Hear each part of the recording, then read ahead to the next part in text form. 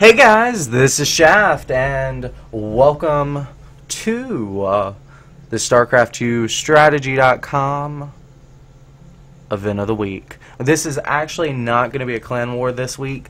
There was a forfeit, actually, so they went ahead and got 1-0 in their current tournament. And with me today to actually discuss some different games, also from StarCraft 2 Strategy, is actually White Wing from that very same team. White Wing, how are you, bro? I'm doing pretty well. How are you, Shaft? Doing good, man. Doing good. Fantastic. Yeah, man. Thanks. So, actually, give us a little breakdown of what exactly happened with the clan war, just so everyone knows. Well, there's not really too much detail about it. We were supposed to play TOW today, and they forfeited. So a bunch of people canceled their Valentine's Day plans or didn't make them because they were planning on the clan war today, and then forfeit. Or maybe they forfeit because they didn't have enough people show up. Because of Valentine's Day? Indeed, sir. Indeed. So what you're saying is we were more dedicated, therefore we deserved the forfeit win. No, I'm just saying they're probably really having a good time right now, and here we are casting. Oh, well, thanks. Anyway, I feel so much better about the situation. Well, look on the bright side. This is our Valentine's Day gift to the viewers, and, well, they're something special. This is much better than chocolates, guys. This is much better than chocolates. Yeah, chocolates only make you fat. Indeed. StarCraft doesn't do that. Fat. Alright. So, yeah, there was that clan war forfeit, and with all that being said, I logged on to Battle.net today, and something weird popped up on my screen. Actually, it looked like a list of players. Leenock, I remember being on the list. Couple of it kind of made me a little bit angry seeing that up out of nowhere. Maybe you want to get some revenge on someone, you know? Yeah, it did just say vengeance there, and the little pound sign was in front of it. That was it. I'm sorry. Yeah, exactly, dude. Vengeance, but it had like a little pound sign up there, with some other casters and everything. So I clicked on the link. And where does it take me? Where does it take me? Actually, it takes me right onto Twitter, which actually isn't too unexpected considering, you know, there was a pound sign in front of it. If you want to look in the bottom right-hand corner, guys. Hashtags. Exactly. Hashtags. Indeed, sir. I just... In case people aren't familiar with Twitter, you know. I remember that from Internet 101. Indeed, sir. Indeed. I remember those AOL days. Okay, so anyways, bottom right corner, we do have Twitter. Vengeance, not really sure what's going on. A bunch of people saying they're confused.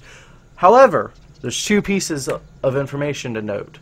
This one guy links us here. He's like, oh, it looks like a puzzle. Then someone else says, well, let's put all the puzzle pieces together. Is it possible that it's a puzzle? It could be. It could be. If it is a puzzle, it might look something like this. I heard it'd actually be a puzzle. Vengeance is coming. 2/26/2013. Now, what's the significance of that date? That's kind of what we want to talk about here. There's even people in chat right now, just on that Twitch, going, WTF is this all about? But anyway, 2/26. Go ahead. 26th. It's an even number day in the month of February. It's 2 days before the final day of the month. Although this should be a leap year, so it's actually 3 days before. Oh wait, no, leap year was last year. Ignore that. Memory's a little so fuzzy sometimes. You know how it is. Indeed. It's the day after the 25th. All right. Well, but a little bit beyond that, you know, the release date of Heart of the Swarm was March 12th. 12th. The 12th. Yeah. That's right. So you know, that's, what, 13, 14 days? That's about 2 weeks early. If they wanted to release it early, it could be a release date. But there's something funny about, you know, that list, that long tablet-looking list. I mean, it looks like it's probably just some kind of, you know, tournament or some big esports events, given the fact that, like, every name on that list is either a professional caster, like Total Biscuit, or Mr. Bitter, is a interviewer like Anna Prosser, or is a professional player. Yeah, I think Day 9 was also on there, Artosis, Tasteless. Wow, it's a pretty crazy list. So it looks like either, you know, it's one big release party, like with all the big names, you know, 2 weeks before the event. I feel like if it was an actual just like party with lots of interviews and like a big event would be like the day of or the day before or something. Well, even if it's when I say party, like, you know, a big tournament with all the biggest names in esports, is that not in some ways a party? Well, it's a party in my pants, but I mean.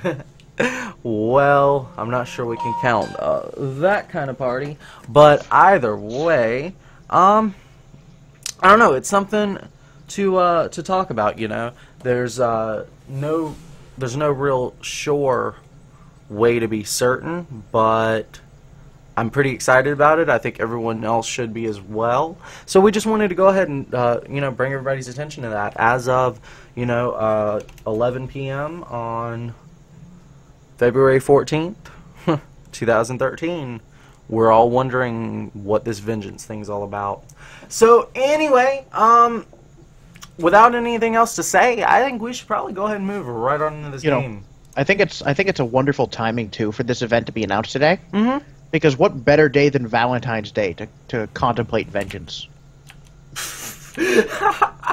That is kind of sick when you think about it. I guess somebody's kind of mad their girlfriend got robbed, huh? Someone's mad about that breakup. Yeah, indeed, indeed. Okay, so are we paused at the 1 minute mark here, bud?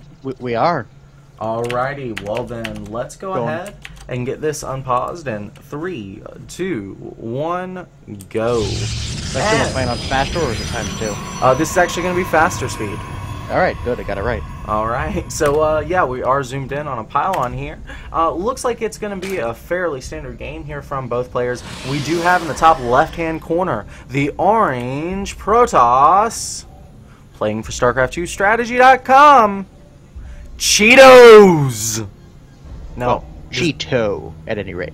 Well, it might as well be Cheetos. Like, he's orange! Well, I mean, it's... You make a good point, but he is just the singular Cheeto. Like, the epic Cheeto. Like, you know how when you open the bag, there's always that one big one that's, like, nice, long, and curly that's, like, way bigger than all the others? One big one, nice, long, and curly. This is starting to seem rather phallic here, bud. Only if you want it to be. I do. Well, then I guess it is. Anyway. So, here on the bottom right-hand corner of Ohana, a map I cannot stand due to this matchup of ZVP. It's the Zergy rice. Now, could you imagine a drone being served over sushi rice? I think that'd actually be pretty damn good. I very much could, especially with your family. And did you know that Ohana means family? Yeah, actually, I did. I believe it may be an esports requirement to say that during a cast on this map. I think it actually is, but the thing about it being a family is Zergling Zealot hugs. And force fields, forcing your opponent's units closer to your army so your immortals can wreck them. Yeah, definitely, man. Well, we do have 4 Lings in production. This is kind of interesting because this map is very, very wide. So he's definitely going to send one to, you know, each Zelnaga tower. But it seems like a little bit of overkill to make that second set of Lings here. Yeah, I would agree with you. It's a little bit extra. I mean, he sees where the probe is now. I don't know why he's sending all 4. I would have just sent a couple to deal with that probe immediately. Maybe he's trying to pressure the front real quick first to make sure that that he's, you know, not being greedy and skipping the cannon. Yeah, that's true. But he's got Ling 5 and 6 now, going to this third, escorting the drone. Yeah, I would have. I mean, it's it's a little bit extra more than he needed to do. But maybe he does go ahead and get that probe kill. He gets in. Getting in, he didn't block. You got to put that probe on hold position until the cannon's done, or put a pylon up or something. You can't just let him in like that. Otherwise, you have Zerglings in your base, much like crabs in your pants. Well, it looks like you know, he was trying to get that cannon a little bit later was Cheeto. And by being a little bit greedier, you know, he was going to get some economy, but it came at a price. With Rice sending those extra 4 lings, you know, Cheeto was actually thinking, you know, Rice isn't going to build too many extra lings because, you know, every Zerg wants the extra amount of drones, just like I was kind of talking about, you know, why it was kind of bad for him to make these lings. But there's kind of a reverse metagame to that, because if you know your opponent's going to be wanting those extra drones, you can be a little extra greedy as well. And that kind of worked against Cheeto in this game. Yeah, especially since, I mean, these are both my teammates, and they do practice a fair amount together, so they do understand some of each other's idiosyncratic choices. The early game, like delaying a cannon so he makes extra lanes, etc. Maybe because he just expects that. Absolutely, absolutely. Now, we've got Warp Gate coming a little bit late. Doesn't this usually come about 30 seconds earlier? It comes a little bit earlier. I mean, it can come earlier. If he can Chrono Boost it to make up, or he can skip it. It really depends on what his game plan is going to look like. Yeah, I'm wondering if that's a direct result of the ling pressure. It probably is. He got a Zealot really early to try to deal with the lings when you don't necessarily have to build it immediately if you just have a probe near your front. And I mean, he did have to pull all his probes off minerals for a moment to chase the lings around. Alright, so right now we do have 3 bases for our Sergey McFerguson, as well as 3 gases taken. So he's matching the Protoss gas for gas. Robo facility almost Overlord! Finished. Ow, that hurts. Absolutely. Yeah, getting supply blocked at this point is crucial, as, to be quite honest with you, the Protoss is probably aiming for a timing attack. So any few seconds here... We got, like, the Rambo Zealot down here. Just like one Zealot just walked all the way across the map and is just taking out drones now. Like, any amount of Zerglings at all would kill that thing off, especially with the Queen there, but he just went full Rambo Zealot. Up, 6 kills on that Zealot? Well, 3 of those are worker kills, which means he probably killed about 3 lings. He wasn't a Zealot. He was a man lot. Indeed, sir. Indeed. He was a Chuck Norris lot. Oh, I don't know about that. He'd need 30 kills for that. Ah, okay. Fair enough. Fair enough. Maybe more Jackie Chan, not quite Bruce Lee. Well, I mean, Bruce Lee's greater than Chuck Norris. So. Well, I think you're reading the wrong mythology, sir. You know, if I were going to be a true patriot, I'd have to go back to Chuck Norris, so I'm going to have to agree with you. Wishy-washy like Rick Carey, huh? Anyway, so it's looking like Cheeto here is probably going to go for an Immortal Expand build. Judging by the fact that his first Immortal's just coming out now, and he did make the Observer first. Absolutely. Now, I'm wondering about these 2 lings here on the 4th of Cheeto. Is there any reason these are just sitting here? I'm probably... This particular location, there's nothing particularly valuable about it. He just wants to hide them so he can run by later, but there are other places you can put them. Okay, so just for a run by, I see. Now we do have roaches knocking down the rocks between the 2nd and 3rd base of Rice, as well as Cheeto going ahead and taking that 3rd like you were talking about. +1, about 3/4 of the way done for our Protoss player. So both players are getting ready for that macro game. What are your thoughts, you know, with this being such a small map here, really easily locked down, do you think the Zerg is going to be forced to try to apply pressure and end it early, or is he comfortable to go for Broodlords here? I feel like on this map in particular for Zerg, if you're not going to get 2 base all-in with like an Immortal Sentry all-in, which is the most popular build on this map, which clearly is not happening in this game, although AG Rice doesn't necessarily know that apart from the fact that it's late. Right. Because he hasn't actually sent his Overseer that he made in yet to scout, so he doesn't see the Robo or anything. And he actually is going to go ahead and see it now, but it's a little bit too late. Force Field's going ahead, splitting up this army. However, it's a mostly Sentry army, so he's going to be forced to rely on range only here. Oh, and the Sentries do get surrounded, so targeting down an Immortals like that. Oh, they're so expensive and so valuable. I mean, Ordinarily, I would recommend not putting pressure on for the Zerg on this map against an Immortal Sentry expand like this, but that did a good amount of damage. It did more than it should have done. Absolutely, but let's save the conclusions for the end of the battle. Right now, he's targeting down sentries one by one. With nothing but Stalkers left, he's going to be forced to retreat behind the gateways. There is a cannon here to do some damage, but it will not stand up to the Roaches. And Roach Guts laying on the retreat. It's not over yet. He's rallying the Lings in. He's getting ready to go again. The Observer sees it all. But he has no force fields left. Absolutely. Oh, we're in one force field. He's got one force field. And the Ling do go ahead and distract it to kill off those sentries, but it's not going to happen. Sentries get force field up. Can go ahead and run into the natural. He's holding position on that ramp. Oh, run past his Zealot, taking a lot of damage. He split up his army, so his Protoss will be forced to split his own units. 3 Zealots here trying to clean up the Lings in the probe line, but the probes are being targeted down. And it looks like the Protoss will go ahead and clean this up. Now, with the economic damage, do you think he's going to be forced into an all-in here? I don't think he can all-in here, because if he tries, he's just going to get crushed by the reinforcements. I mean, A.G. Rice smartly took a 4th base here, just because, I mean, with all the pressure he's putting on, how is Cheeto going to push out to punish that?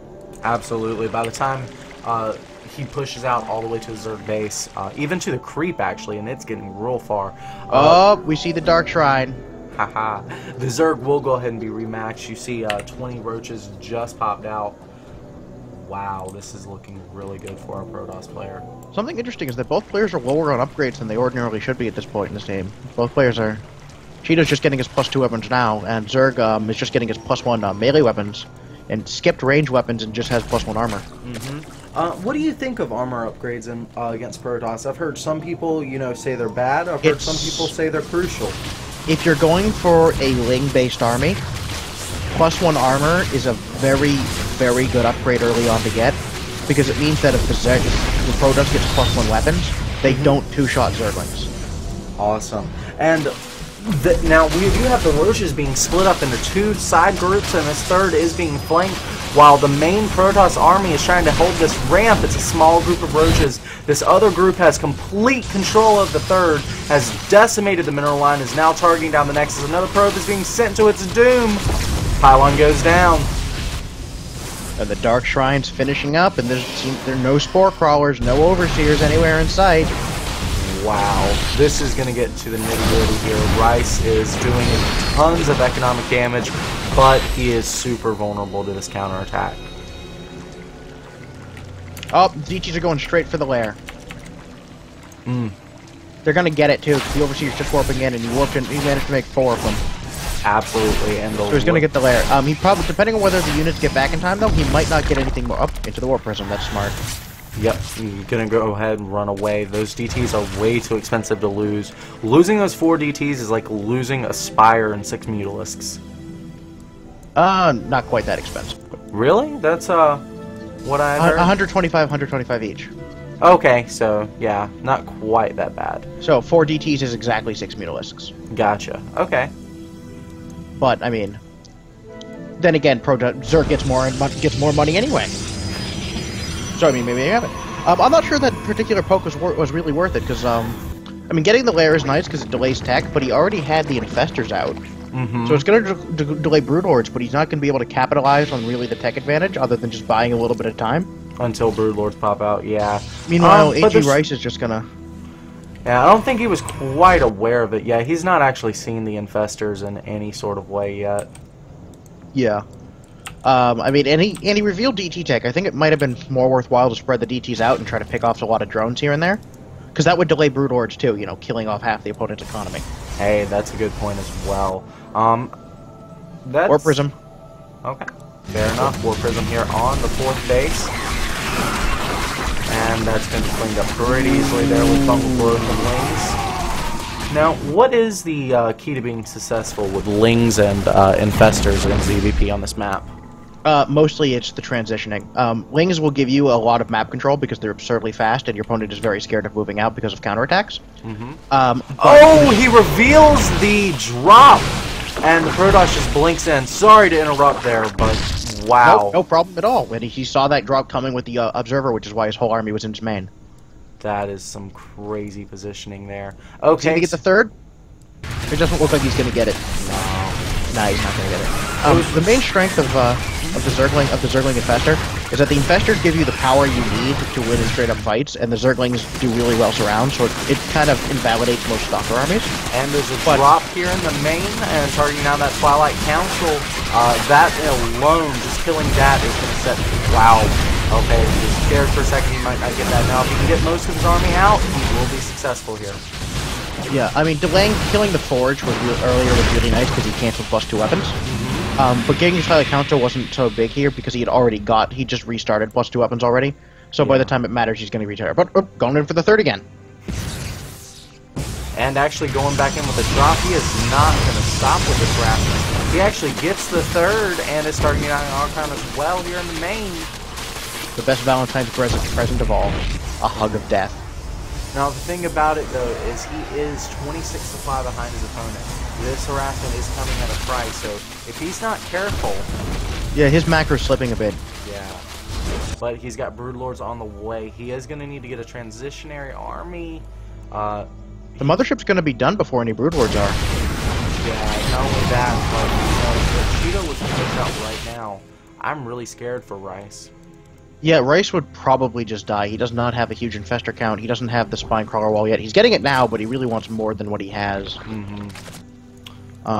He's also trying to keep himself safe from drops here in the main, but he really needs some Spore Crawlers. Yeah, he could use a few more. It wouldn't hurt. It really depends on the positioning. He doesn't have any detection at the natural. He's just kind of banking on his opponent not noticing. Yeah. Doesn't have any at the third, where his Greater Spire is with no protection at all. Right, and not only that, but the wall is kind of pointless if one DT can walk in there and kill it.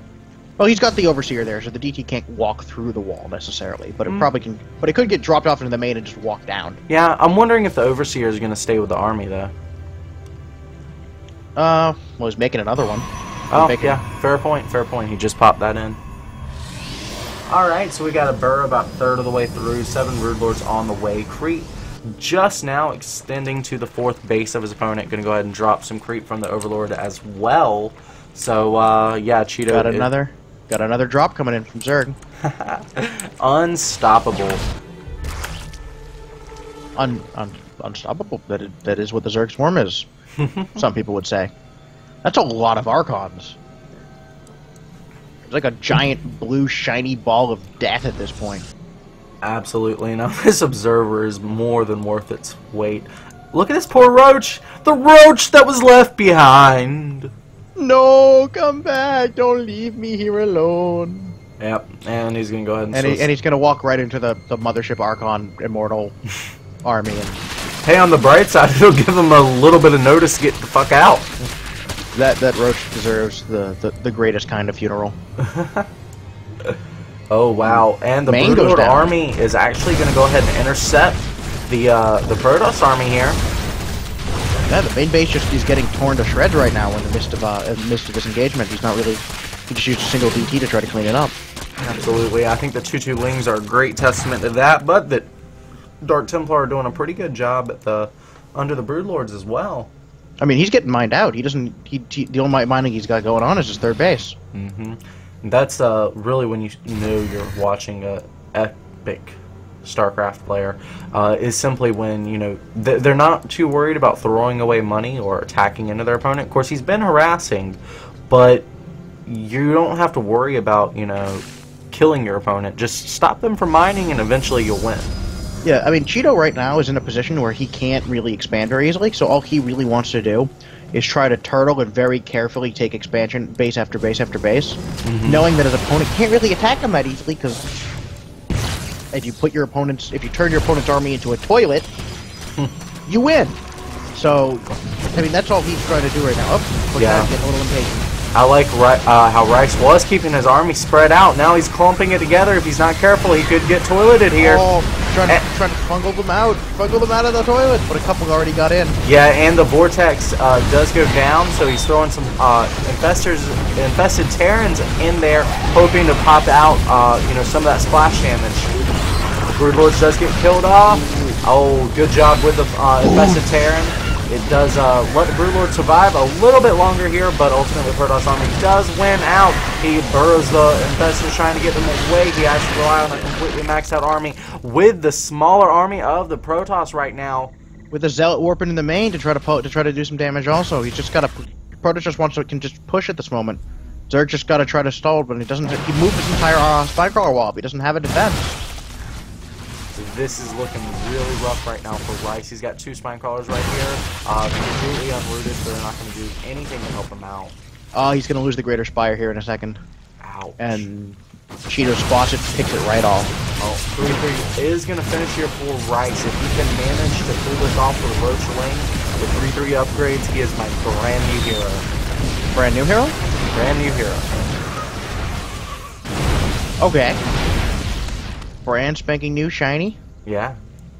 Oh, look at the mothership. Actually, I think you're my old hero, to be honest with you. I believe you're the last person I said that about, actually. I wouldn't know what you said in between now and then, but I appreciate the sentiment. Yeah, no doubt. Anyways, we do have the Roachling army doing a pretty good job against for Protoss. However, he's 60 supply behind at this point, so even though he was fairly cost-effective there, it's ultimately not going to matter. Look at the troll face on those Archons. 15 kills, 19 kills, 17 kills. Archons are 17 sick, kills. Anything with that much shield should just be inferior. Well, I mean, it has 10 hit points. I mean, you get through the shield and just dies instantly. Actually, if you're Terran, you can DP it 3 times and just dies instantly. Terran's OP, hush. Hey, I never said anything about that. Don't put words in my mouth. No, those were my words. Oh. Not a Terran fan? Not at all. Sound like Idra. Hey. I apologize for playing that raid. Indeed, sir. You know the funniest part? Idra used to play Terran. In Brood War, I know. Yeah. Yeah. He had lots of fun playing against Protosses.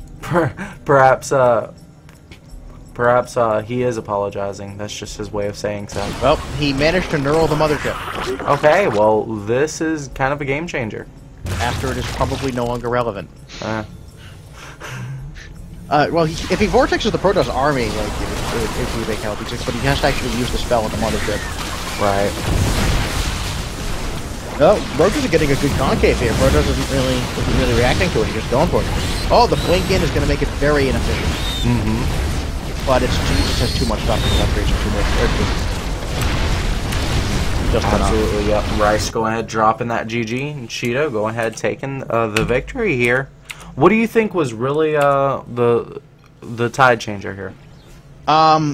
Mainly the tide changer was that AG Rice let his macro slip really badly for a long time there. Mm-hmm. Yeah, with the he was floating 3K. He was throwing 3K money in the bank. He could have had a 5th base. He could have had a lot more units. He could have had a lot faster Broodlords and faster tech. Mm-hmm. Yeah, with the constant harassment, even though he did good damage. Well, think about it. You know, if you kill, say, six Stalkers and an Immortal, I don't really know what numbers, but let's just say 6 Stalkers and an Immortal, is that really worth an entire round of units that you forgot in a macro? Does the Protoss have sentries? Does the Protoss in this hypothetical, does the Protoss also have sentries? I don't remember. Did he have sentries or not? No, not anymore. He didn't. No, but right. Okay. I was kidding. I must have missed the joke. Sentry force field's OP, man. Okay. Aren't you a Zerg fan? I am, but I've never had issues with Protoss ever. Oh. Yeah, I guess some people think other things are OP. It's fair enough. Fair enough. Well, you know, if you're not complaining about the other races, chances are pretty good you're overpowered. Yeah, I've said Zerg was OP since, like... So is Stefano. Yeah, last year and a half, maybe 2 years. I don't even remember. Well, you know, it is what it is. Yeah, fair I'm not sure Zerg's OP, but it's pretty good race. Mm-hmm. Absolutely, man. Absolutely. Now, let's go ahead and get this next game loaded up. Absolutely. So, just to let everyone know, we are going to go ahead and make this a one-part cast for the day. Coming next up, we do have a bit of a little practice game, actually, from one player is currently StarCraft2Strategy.com, from what I've been told, and the other one is someone who is actually trying out for the team. Colonel Wombat. Yeah, is that oh, so it's not Complexity Wombat? It's No, Colonel. it's Colonel Wombat. It's named after an action figure he had when he was a kid. Ah, okay. I was definitely wondering, if he was an old Complexity player. No, as far as I know, Complexity has never had a player named Wombat. Fair enough. They do have that academy, though, so I don't really keep tabs on that. Yeah, they do have that. So, all right. Well, that's fair enough. Now, are we at the 1 minute mark? Well, I'm at the 1 minute mark. I can't necessarily vouch for where you are. Okay, well, I am was lost, but now I'm found. Thank you. And we'll just be hopping right on into this game. Unpause in 3, 2, 1, go. So, looks like we're going to be here on Cloud Kingdom. And here on the bottom left-hand side of the map, we have the blue Zergy McFerguson. He's not Complexity Wombat. It's the Colonel. You better make me some chicken. And here on the top right-hand side of the map, we have Colonel. Huh? Wrong Colonel. We do have Optic Coyote, the purple Zergy McFerguson. Is every Zerg a McFerguson? Yes. Is that a racial trait? Yes, it is. They all have red hair and freckles, too. Every Zerg. Haven't you noticed? So now they don't have souls, either. Indeed. Oh. Now it makes sense. So they're not even going to go to hell. They're just going to, like, cease to exist when they die. Yeah, they're insects, buddy. Well, I mean, I suppose. I'm not really sure if they like. I'm not really sure if I get the insect feel from them that much, to be honest with you. Really? I mean, some of them look like like a lot of them do look like insects, but like the Hydralisks really look like insects to you. They're too meaty. They actually look more like praying mantises. I mean, they look a little bit like them, but they're just too meaty for prey. Like, well, hive mind. The concept is insectoid. And I can't think of any insect that a Mutalisk resembles. Right. Well, anyways, it looks like we've got both players going... I've got a story here for you real quick. Okay. See how Cheeto sang a gentleman's game? Mm-hmm. All right, we had this joke going on for a little while here, where we were practicing with Garbage Man, who's posting right here too. He was playing against Hellsad, and Hellsad suggested a gentleman's game so that they wouldn't cheese each other, and they both proceeded to 10-pull gas all in each other. After that, gentlemen's games become kind of a running joke, where somebody will suggest a gentleman's game to the other will agree to a gentleman's game, and then both of them will suddenly expect cheese and go play super safe for a little while.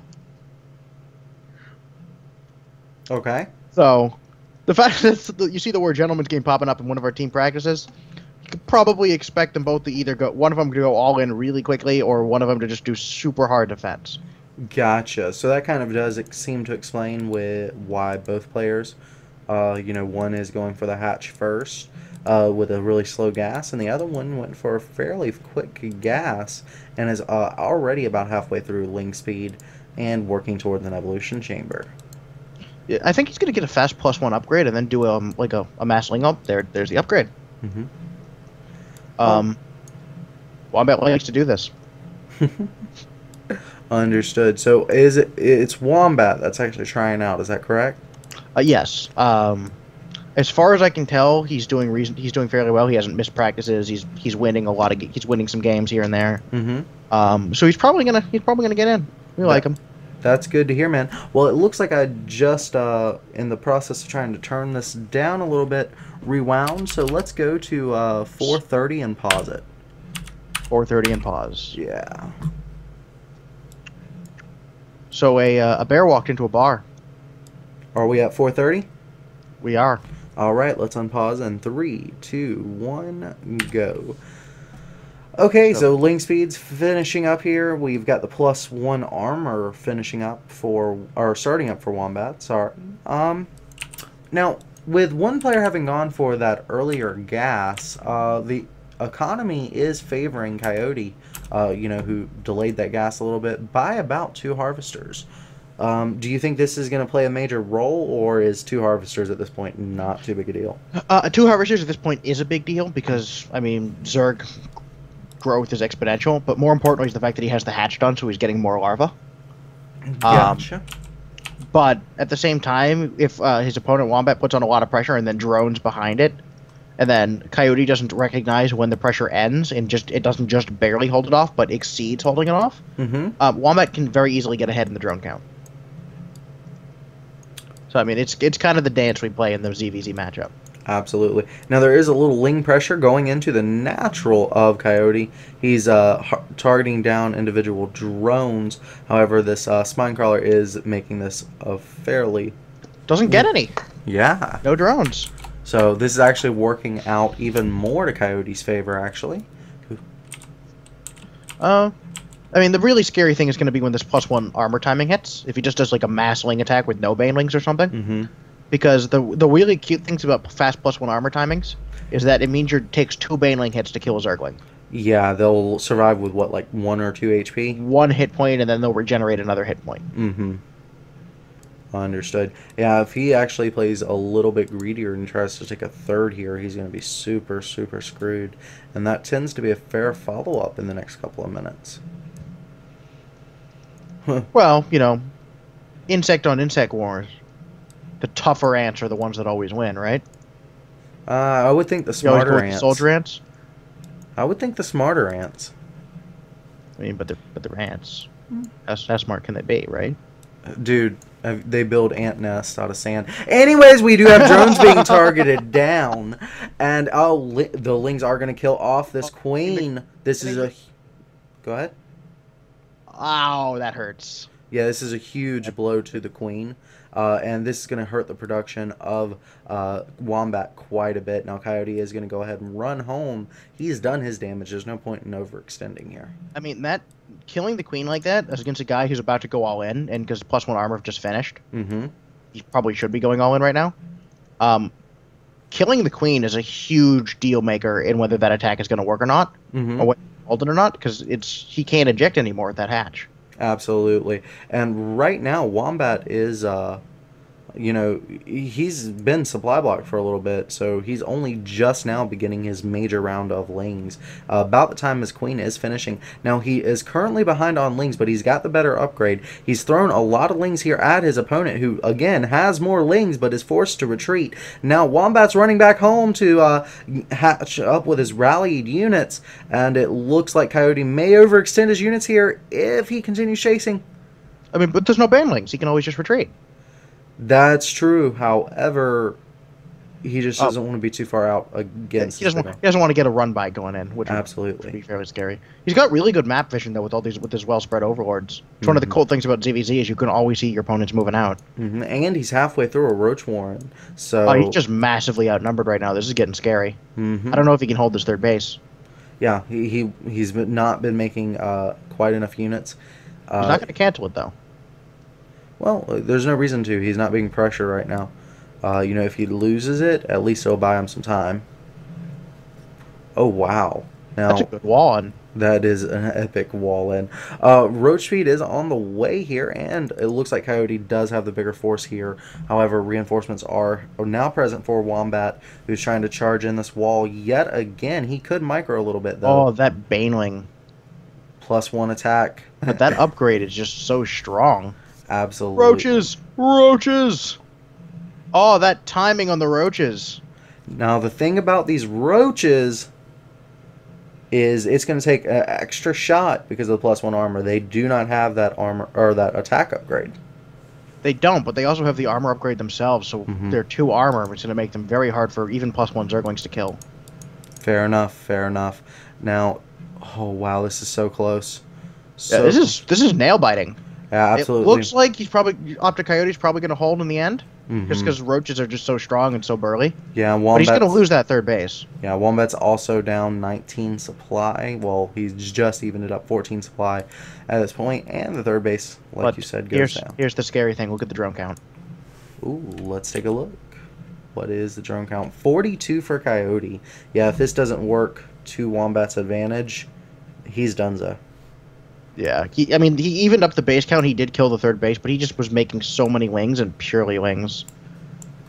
And, I mean, well, this run by could do some damage, but there are 3 Banelings positioned properly. Oh! And actually... he's still going to get in. Yep, and that's a huge amount of Lings. Okay, now, he can target down this queen. This is going to be a dead queen. Now he needs to target down some drones. If his opponent does not get his army back in time, actually he's just going to go ahead all in. It's going to be a base race scenario. He's going to be relying mostly on broodlings popping out of his buildings to defend his base, as well as the roaches that are popping. I mean, his roach reinforcement should have this. He'll get the main. Getting a spawning pool will hurt. All but right. I don't know that that Wombat can actually hold this roach attack. We'll see. Oh, I mean, he's holding on that ramp, which is really smart, because if he moves up there, there's the mass drone queen links around can actually do a lot of damage against it. But it looks like Wombat's getting impatient. Yeah, at this point, Wombat is actually attacking up a ramp against someone's using nothing but ranged units, and he's using all melee. Yeah, I mean, he was well entrenched. Coyote was really smart to just keep them on the ramp where they couldn't be surrounded. Well, I think if Wombat, just hadn't tried to attack on that ramp, if he just backed up and stalled for a while. But I mean, he was in a bad position either way, because if he doesn't go in and attack, I mean, his drone count is half of his opponent's. Absolutely, yeah. No matter what, with having tried to apply that much pressure, that sets him behind. Yeah, that was a close game. He almost broke him. Absolutely. And I guess what was the final result here of this tryout? I mean, it's still ongoing, but we've basically just accepted him as a team member for now. Okay, gotcha. So it wasn't just technically confirmed. It's not confirmed, officially yet, but it's probably going to be. Well, congratulations to Colonel Wombat, and you need to make me some chicken. Wombat chicken. Wombat chicken. Alrighty, man. Well, White Wing, thank you for joining us, man. Guys, also, thanks for checking us out. Please check out StarCraft2Strategy.com, where you can check out articles, replays, interviews, all kinds of awesome content there. See you next time.